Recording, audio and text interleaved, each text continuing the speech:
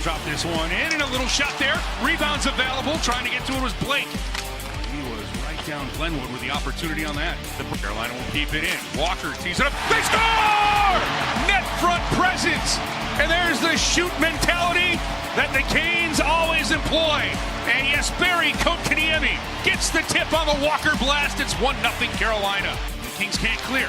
Excellent play as Raanta takes a stick from Bobby Gorman, feeds it out in front. Blake with a backhand chance. And Kemper somehow dives to keep it free. Fiala lowers the shoulder, cutting in front, trying to get a shot through. He scores! Kevin Fiala with patience. And the Kings now have a 2-goal lead. It's 3-1 Los Angeles. Well, welcome to the Canes Corner podcast. Hi, everyone. I am Adam Gold. Hope you're having a wonderful Saturday evening.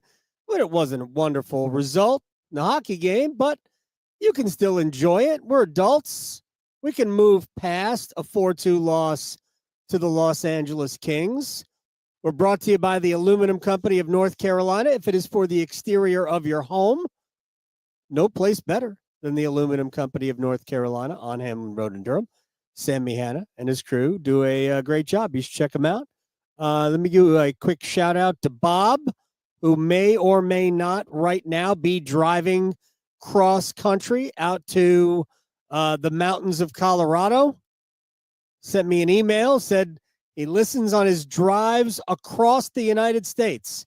And I thought, must be a trucker. Nope, just likes driving cross country, as apparently he's retired or just wants to visit a lot out in the Rocky Mountains. So he drives and he listens.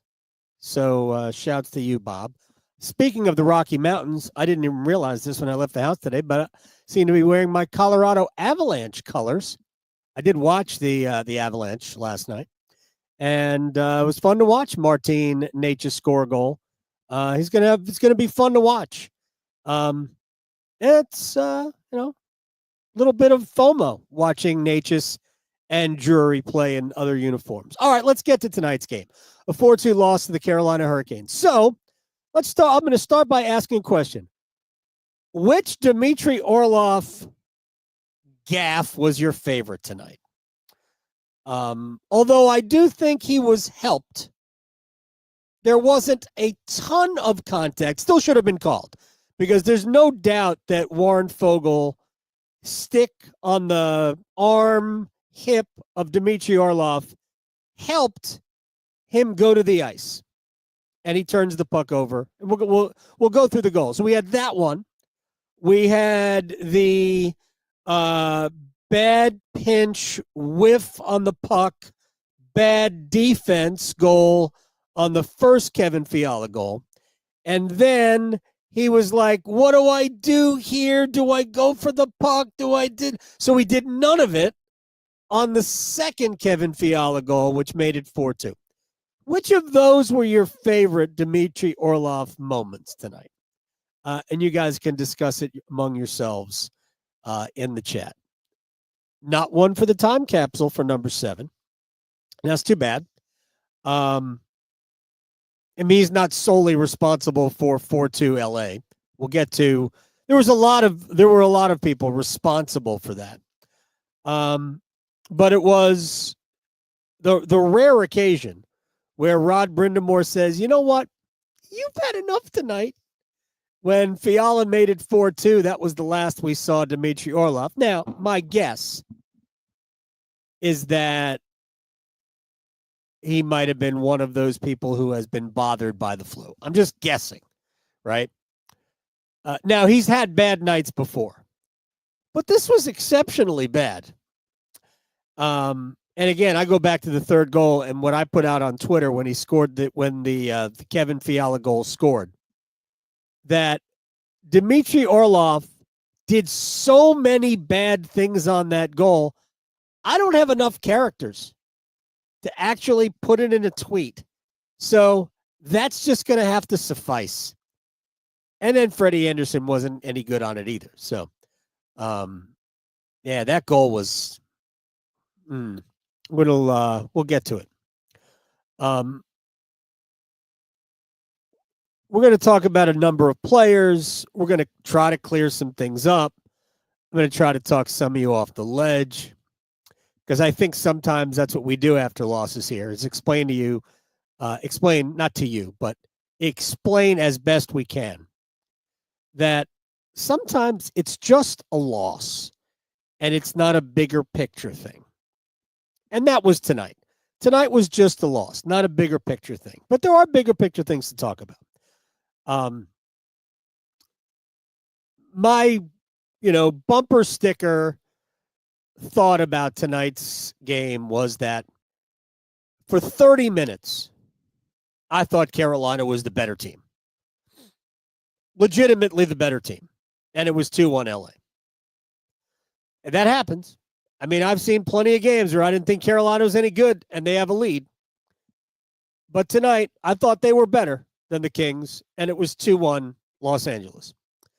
And we'll kind of delve into where it went sideways. But I thought the last 30 minutes, the Kings were deserving of their 4-2 win.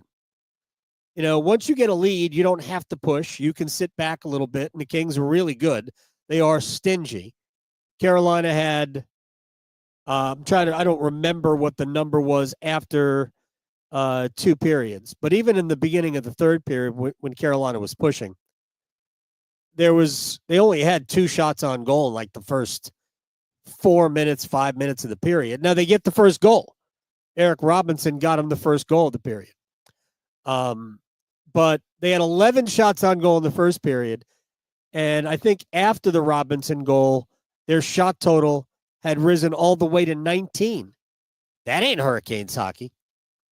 And the truth is that the Kings had a lot to do with that. The Kings are a good team. I know they'd lost 4 in a row. They got shut out by the Panthers and Lightning in the third and fourth games of this road trip. This was the 5th game of a 5-game road trip, and they were 0-3-1 on it. Hadn't done a lot of scoring. And obviously the last 2, none. But Carolina was generous tonight. And I thought the Kings probably got a couple of lucky breaks. But Carolina didn't get good goaltending tonight either.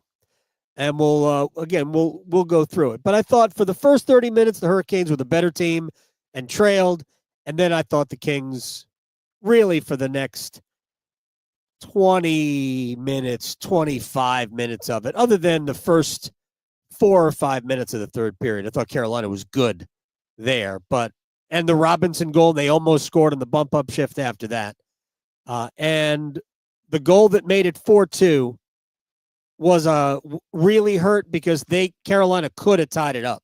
They had plenty of chances to tie it up. But again, I didn't think that they were the better team at that point. They were just getting some scoring opportunities, but they just couldn't finish them. So first 30 minutes, Carolina was better, trailed. Next 30 minutes, I thought the Kings were the better team, deserved their win. There were some circumstances. There were a few bad bounces. There was a bad non-call, in my opinion. But ultimately, if we're going to boil it down to one thing, Freddie wasn't any good, and Darcy Kemper was. And that's the reality of tonight. Freddie wasn't any good. Darcy Kemper was really good. Hurricanes should have scored more goals early. That's what I was saying. 3-1 for 30 minutes to have just 1 goal off the chances that you created. That was tough. That was really tough. Now, Carolina gave up some doozies as well. It was remarkable, I thought, that the Kings didn't have more than the 1, but so many of the chances that the Kings had were sort of gift-wrapped, which does bring you back to the reality of the flu ripping through Carolina's locker room.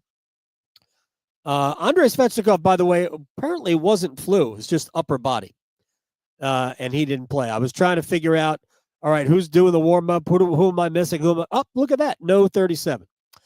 All right, let's talk about a few things here. Well, first thing we'll do is we'll go through the goals. Because, again, I think there's some learning moments here. First goal, was there a lot of contact? No, in retrospect, not a lot.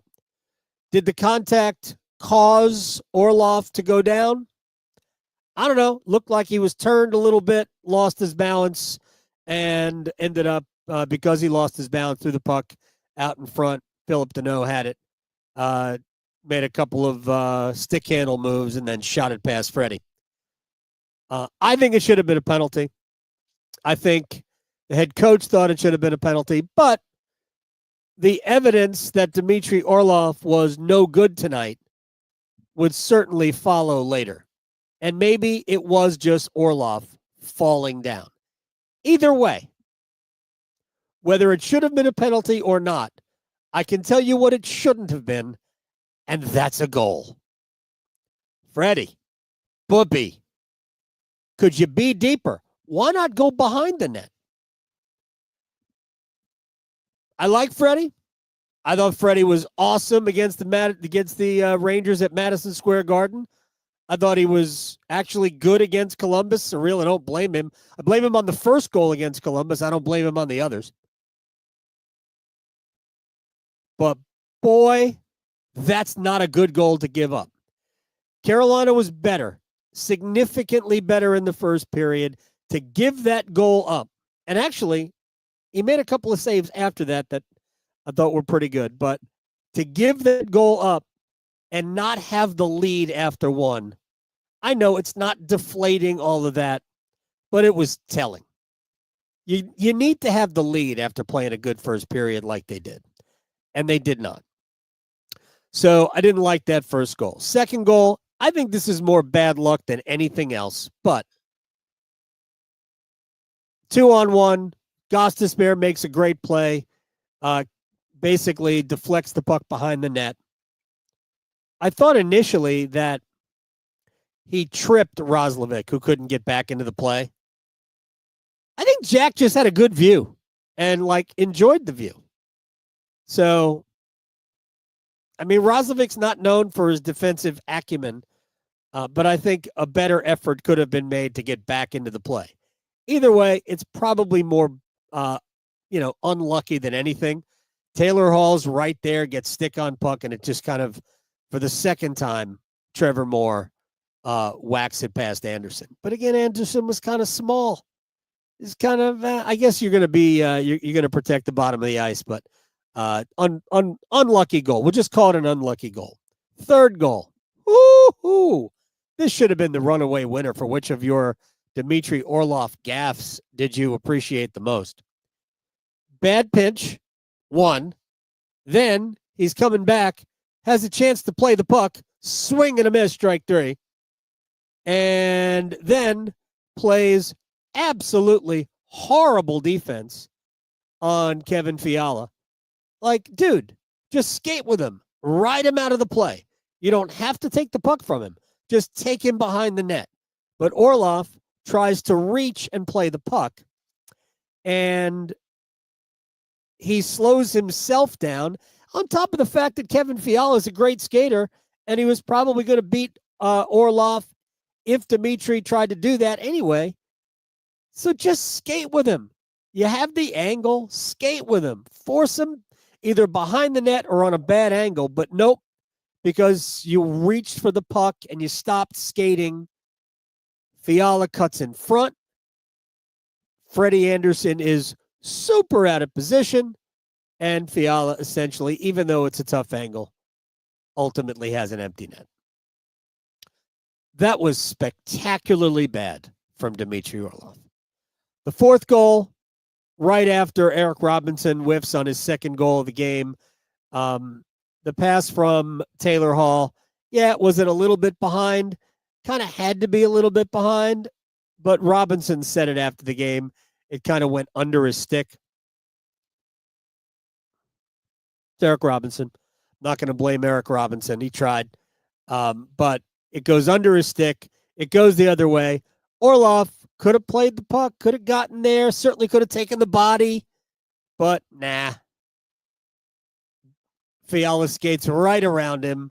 And then, third of four, not a good goal. First goal wasn't a good goal. Third goal wasn't a good goal.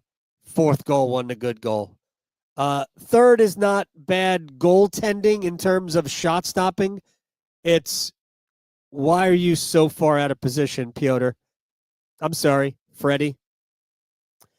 The fourth goal was bad goaltending too. So, if you don't get good goaltending, it's hard to win. Carolina's experienced that a lot this year. But I'm going to say that, hey, Freddie had a bad night, because that's what I think it is. I think Freddie is really good. I think Freddie has, for the most part, played great for this team, certainly this year. I didn't think he was great the first game back. That was the one in Chicago, right? That it was okay, not great. I thought he was, other than the first goal, the Kent Johnson goal, I believe, I think Freddie was really good against Columbus. And he was awesome in New York City. Awesome. But I understand some of you have already made up your minds, and I ain't going to change it now. So you're free to feel what you want to feel. I think Andersen will be fine. He just wasn't tonight. And that's why I think tonight is more about a game than it is the bigger picture. So let's get to item number 2 on my list. Item number 2 is Jackson Blake has been playing great. Every single shift, you notice him in good ways. Tonight is one of the rare nights where he didn't make good defensive plays. I don't really think there were a lot of good defensive plays for that line to make, since that line spent basically the entire game in Colorado's end. In case you weren't paying attention, you can go to Natural Stat Trick and see the possession numbers for that line. It dominated the game. One thing it couldn't do was finish. Just couldn't. Blake was part of that. But man, did Jackson Blake set up Sebastian Aho a couple of times, Mikko Rantanen a couple of times. He literally could have had 3 or 4 assists tonight. Easy. Could have had 3 or 4 assists tonight. But he didn't. Rantanen missed a couple of glorious opportunities. How about the little cheeky, little slide pass up to Rantanen in front of Kemper, and Rantanen's backhand try did not go. It was blocked. I think it was blocked. Was it blockered or paddled over the net? I mean, it's a good save by Kemper. But, I mean, it's an elite setup. For all of his physical deficiencies in terms of he ain't tall and he don't weigh a ton, he sure does come away with the puck a lot. Uncanny, right? I just don't get why we're trying to move Jackson Blake away from Aho and Rantanen when Blake's been the best player on that line for the last 5 games. Now, some of this predates Rantanen, but Blake had been playing with Svechnikov and Aho, and Blake had been the best player on that line too. I don't get it.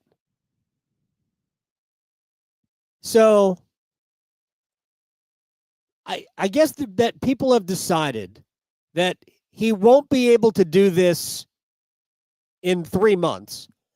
Therefore, we should dump it now. What is wrong with you? Come on.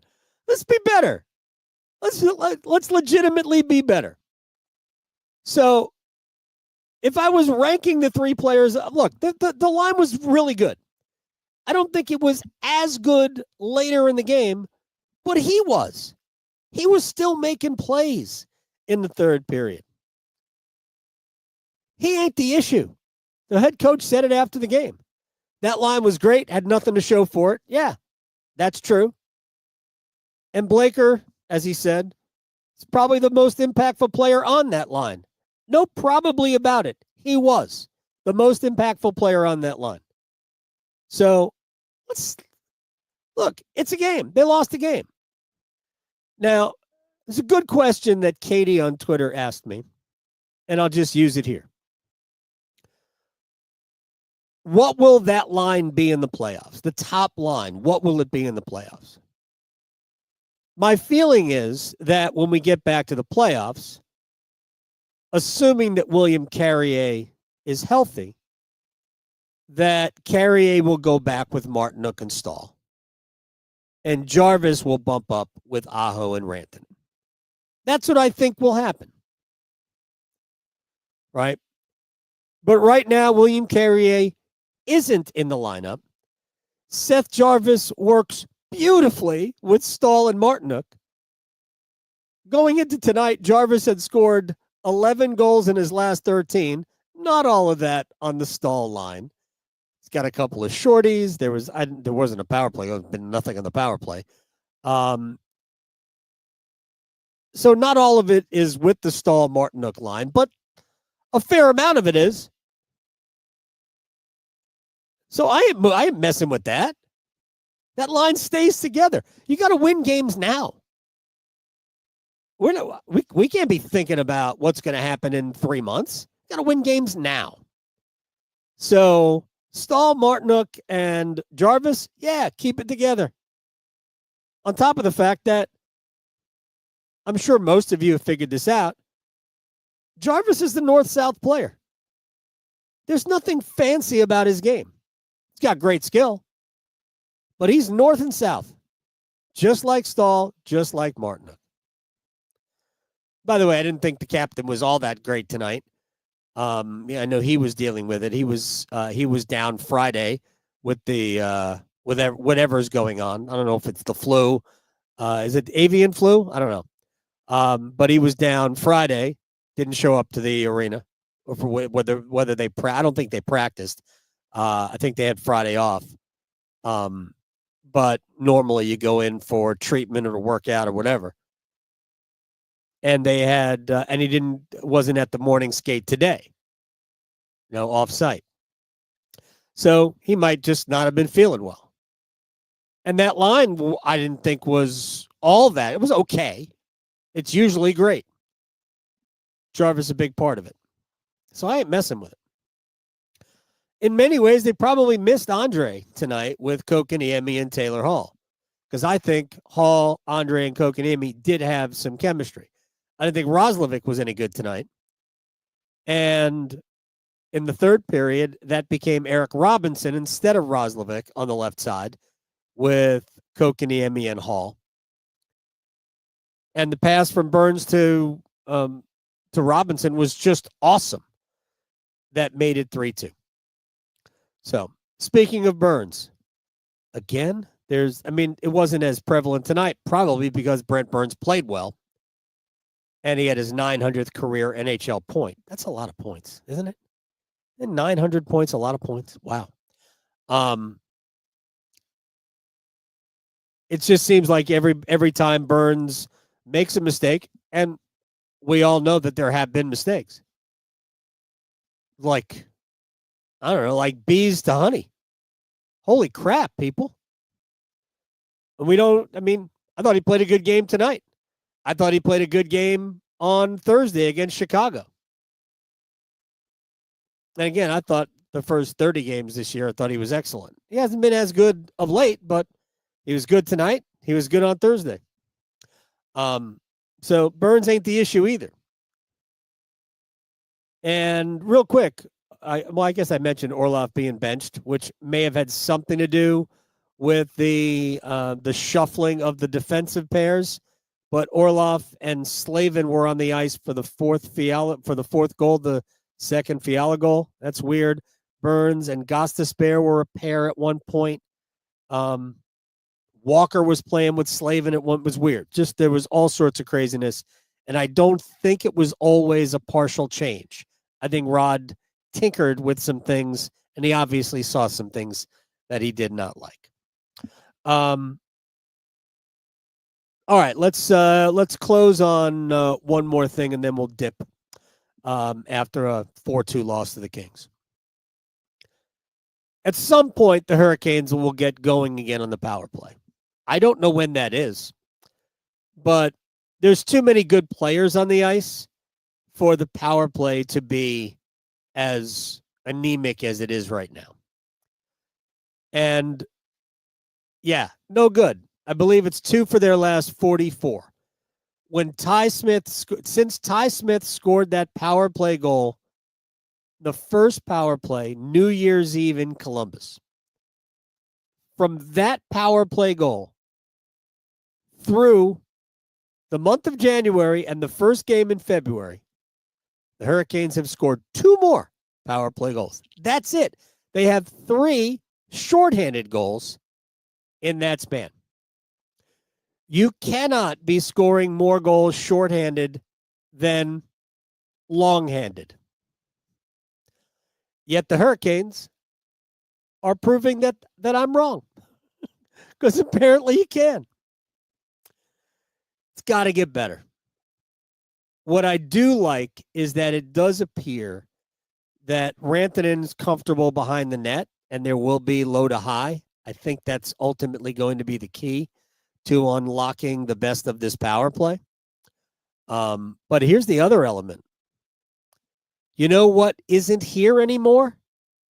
The one-man zone entry isn't here anymore.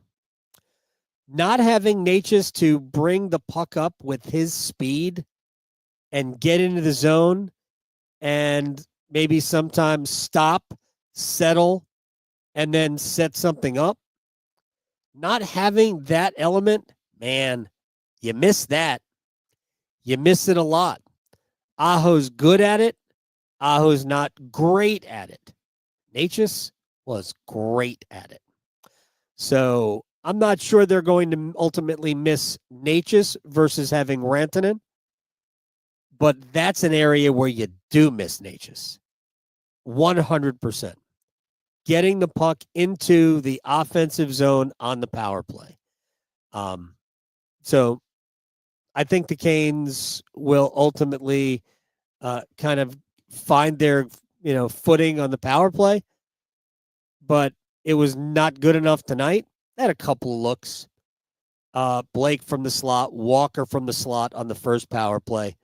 The Blake shot was blocked right off the shot, and it got through, but it basically just like slow trickled at Darcy Kemper. But yeah, the power play just has to be better. And I mean, there's no answer for it other than you got to outwork the penalty kill. Kings were great on their penalty kill tonight, and I'm not even sure the Kings are great.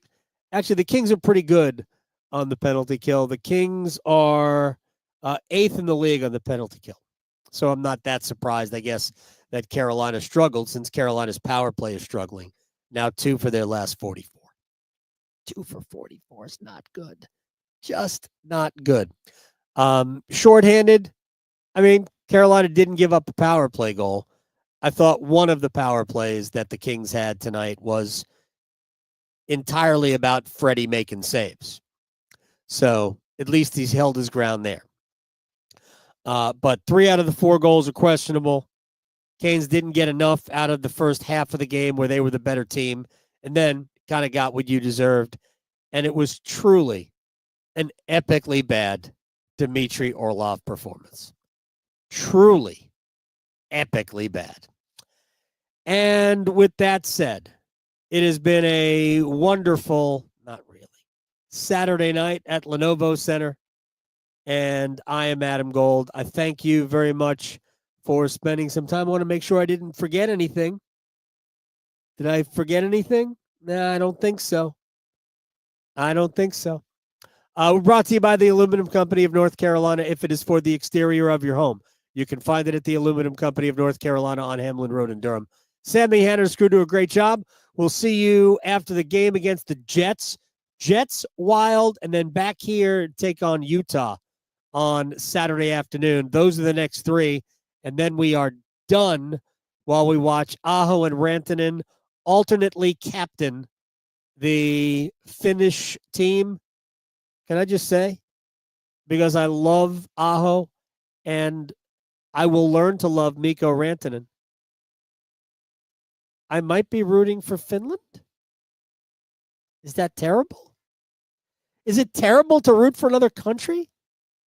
I don't find it terrible. I'd be rooting for Finland, I think, in the Four Nations tournament. I don't think they'll win. I think it'll probably be like the US's team. Goalie, Connor Hellebuck. I think he's good. Anyway, until Tuesday night after the game against the Jets, I'm Adam Gold. Good night.